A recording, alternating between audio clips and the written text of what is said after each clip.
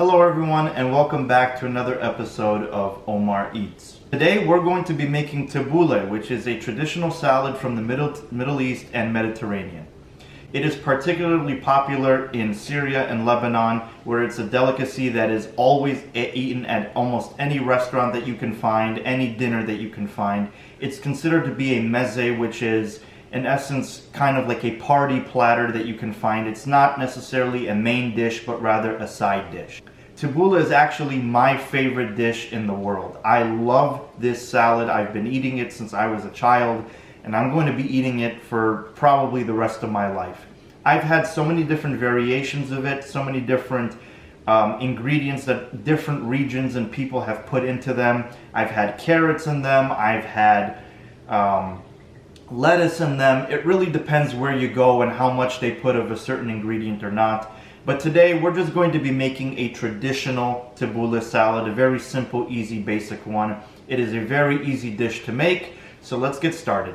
So the first thing that we're going to be doing is introducing you all to the ingredients that we're going to be using today to make the tabbouleh. The first ingredient that is absolutely essential to this dish is cracked wheat, also known as bulgur, or in Arabic burghul.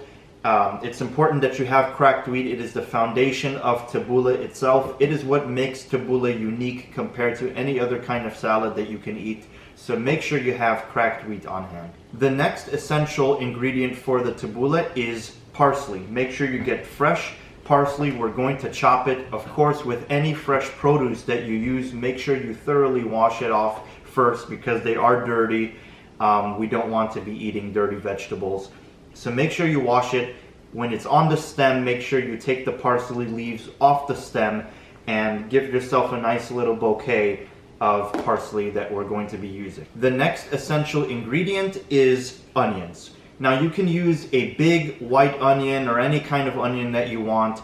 I'm going to be using 2 medium-sized onions for this dish. We're going to be chopping these later on, so be prepared to cry a little bit. But anyways, try to go for white onions just because that is the traditional onion that people use when making tabbouleh. The next set of ingredients that we're going to be using are fresh tomatoes. Of course, remember to wash these. We are going to be chopping them as well. And a cucumber. We're going to be obviously taking the skin off of it and make sure that we're going to be chopping this one as well. So make sure you have cucumbers and tomatoes ready to go. You're going to be needing lemons, and we're going to be squeezing the juice out of these lemons. You can either use one big one or a few small ones. I'm going to be using 2 medium-sized ones depending how much lemon juice you want. You don't want too much lemon juice because it'll overwhelm the dish, but you also want to have just enough because that is a very essential part of tabbouleh. You're going to be needing salt. It is not a crucially essential part of the salad itself, but you're going to be needing a little bit of salt, so make sure you have salt on hand, which everyone should. You're going to be needing olive oil. It is also kind of an essential part of the juices that we use within the dish to give it the flavor that we're looking for. We're not going to be using a ton of it, but a little bit of olive oil is definitely necessary. And finally, we're going to be needing a mixing bowl. This is a good, decent sized one to put all the ingredients in when we're done chopping and everything, and the mixing bowl will definitely be essential. So the absolute first thing that we need to do is take the burghul. We're going to be taking about 1/3 cup of it, putting it in a separate mixing bowl, and you want to rinse it so that we can get rid of all the dirt from the burghul. We need the burghul to thaw out and become soft for consumption. It is still a little bit hard. Make sure you're putting in hot or very warm water so that it can thaw out faster. And this is a way for the burghul to become edible and soft for it to be able to be eaten within the salad. And that should take around 45 minutes to an hour, really depending on how hot the water you're using. But make sure after you've rinsed it dry away from the dirt that you put back the hot water into here and be ready to go. So the next thing that we're going to be doing is beginning chopping the parsley. This part of the process probably is the longest and most tiring part because you're constantly chopping, but it is also the part that we need to do next to get it out of the way and get the salad going. So you're going to want to have a knife a chopping knife like this, and obviously be careful with all knives. After we've washed and rinsed the produce, it's time to chop. The next thing, you want to make sure that you are cutting the parsley slowly into smaller pieces so that it can be getting ready to chop later on. It makes it easier and more consistent later on. So make sure that you're just starting out slow before we be getting into the more intense and faster chopping. The next thing we're going to be doing is beginning the chopping process. As you can see, I'm holding it like this. The sharp side is down, so we're going on the flat side. You want to have the palm of your hand here, and you simply want to just press down with this hand and holding it so the knife doesn't go flying. And you just want to get all the pieces you can get, and they're going to be getting chopped. You don't want to go too fast or too hard. You just want to be going at a decent speed. Be careful for your fingers, of course. You don't want those to get caught for any reason. And you just want to be getting every piece of parsley that you can. And as you start to get the rhythm going, you can get a little bit faster with it. And this will be able to get it more finely chopped. So as you can see, the parsley is chopped pretty finely, much smaller pieces than we had previously. So of course, I'll give you a little bit of trick on how to get it into the bowl. You want to scoop it, move it to the bowl, take your finger and just slide it off, and in it goes. Make sure you get the other side. Be careful, of course, for the tip. And you just scoop up all of the parsley and slide it in. And you're going to be doing that with pretty much every ingredient that we use. So the next thing to do now that we've chopped the parsley is to chop the onions. This part, you're probably going to cry, so if there's some natural remedy that you know to prevent yourself from crying while cutting the onions, please do so. But be prepared to cut the onions and chop them, and this is how we're going to do it. So the first thing we're going to do is take the onion after we've peeled it, of course. Take it with a small knife and cut right through the middle in half. I'm going to flip them on their sides here, and we're going to simply just cut here, maybe not all the way, just to make that clear break in between. Now that we have done it horizontally, we do it vertically. Little small dices. It's okay if it's still connected to the stem, or the layer I should say.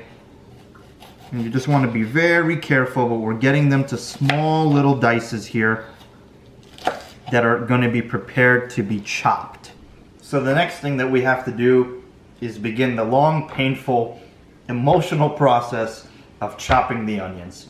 As you see, we have it ready to chop, and we're going to do it pretty much just like how we did the parsley, but we're going to go softer this time than the parsley because the onion naturally is softer as well.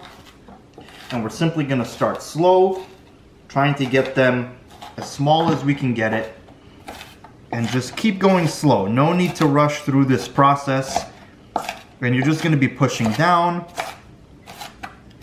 and trying to get it as fine as you can possibly cut the onion. So as you can see, the onion has been chopped pretty finely. It's not going to be like super small, but this is as small as we can get it. And just like how we did the parsley, you're going to scoop it up, move it over, finger, slide it in, make sure to get both sides. Again, scoop it up, move it over, slide it in, get both sides till you have all the onion in, and then we'll begin the rest of the salad.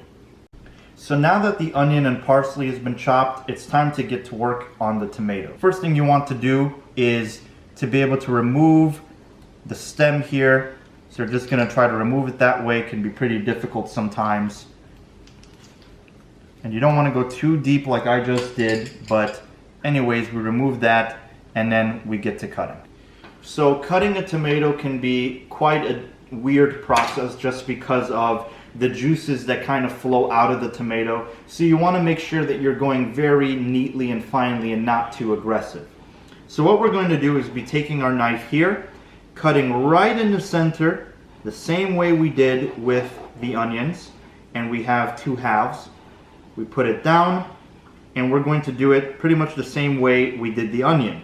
You want to go long piece here, going very soft because the tomato is soft in itself, and we're going to dice it very softly. As you can see, continue to dice it very softly. They're going to be a little bit bigger pieces because we haven't really gotten to the chopping portion yet, but just do it delicately. So now that we've gotten the tomatoes into larger size cubes, you can't really go as fine with the tomato as you can with the parsley and onion, so we're not going to get them into very small pieces, so they're going to have a little bit of a larger texture to them.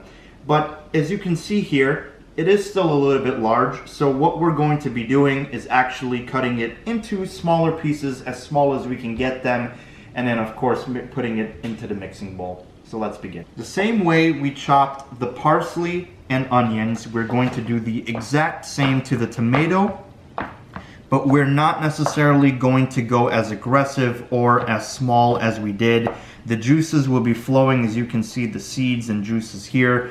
That is completely normal and a little bit messy, but it is how the salad will be made. The tomato, of course, will have great sweet flavor to it, and it's going to blend very, very well within the salad itself. So now that the tomato, onion, and parsley has been chopped, it's time to move on to the cucumber. First thing you're going to do with the cucumber is, of course, trim the ends off. As you can see here, just get those ends off, and we're ready to go and start peeling the cucumber. So now that we have peeled the cucumber, we're going to begin the chopping process, and just like the tomato and onion, you're going to have to do some pre-cutting before you begin the actual chopping. So we're just going to lay it down and go right in half, slowly cutting it in half so the cucumber can open up. Lay it down on its side here, and we're going to go large, long strips here. Try to go all the way with it.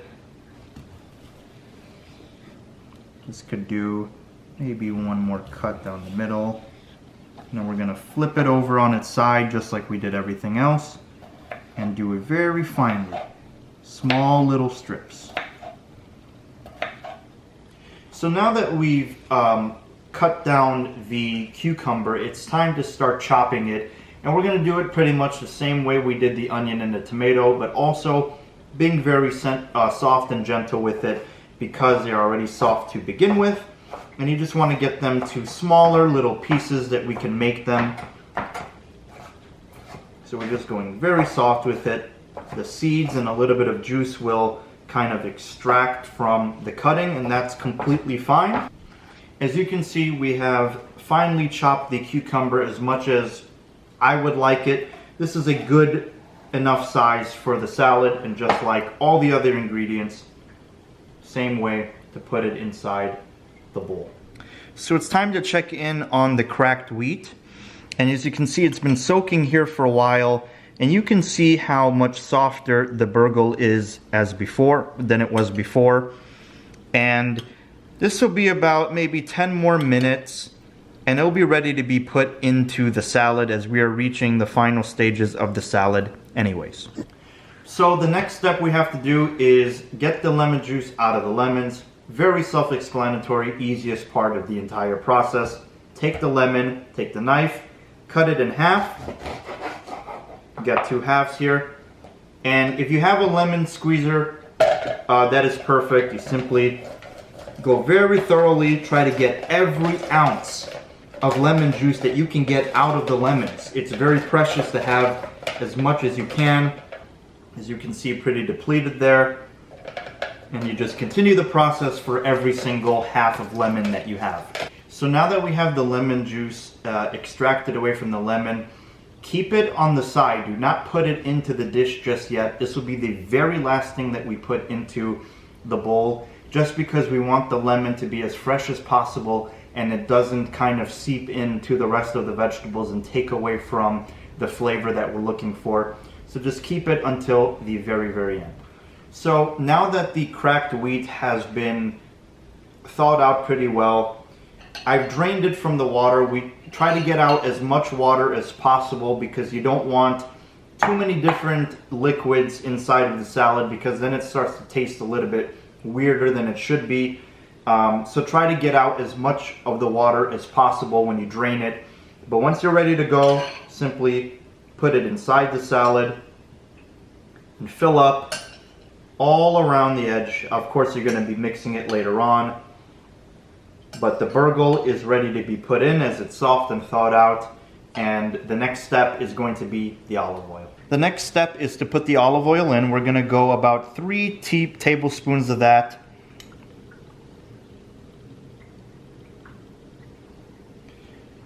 Olive oil is always a staple of Mediterranean cuisine, and it is also a pretty important part of the tabbouleh itself. That should be enough olive oil. And the next step is to put in a little bit of salt, not too much. You're going to be adjusting later on for your own liking. That should be enough. And of course, the final finishing touch on the salad is the lemon juice. And we're simply just going to wring it around, let it soak there, and we have ourselves the salad ready. All that needs to be done is mix it around very, very thoroughly. Make sure you're getting everything all together, and you've got yourself a tabbouleh salad. So we have ourselves the tabbouleh salad all finished and ready to go. After we have mixed it very thoroughly, as you can see, it's time to dig in and see how it is.